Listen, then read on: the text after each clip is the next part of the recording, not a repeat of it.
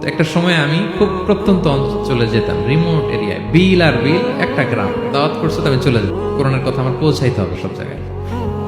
তো মাহফিল শেষে রাত 2টার দিকে আমরা ফিরতেছি, বিল আর বিল। হঠাৎ একটা মোড়, ওই মোড়ের ওইখানে দেখে একটা গাছপালা আছে। এটার মানে হচ্ছে আশেপাশে ডাকাত আছে, ওখানে ডাকাতি এরকম হয় আর কি, বিল এরিয়াতে গাছ ফেলে রাখে। তো গাছ থাকলে তো আর কোনো সিএনজি প্রাইভেট কিছুই যাবে না।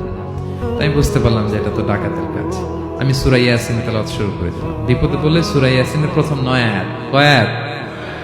এই 9 আয়াত পড়তে আরম্ভ করলাম। ড্রাইভারকে বললাম একটু করে পেছাও। তো টর্চ মারতেছে বিল থেকে, ওরা তো ওখানে উৎপেতে আছে। আমি পড়তেছি, কিছুক্ষণ পরে ডাকাত নিজে এসে গাছ সরাই দিয়ে বলতেছে যান। মানে ও কি করবে ও নিজেও বুঝতেছে না।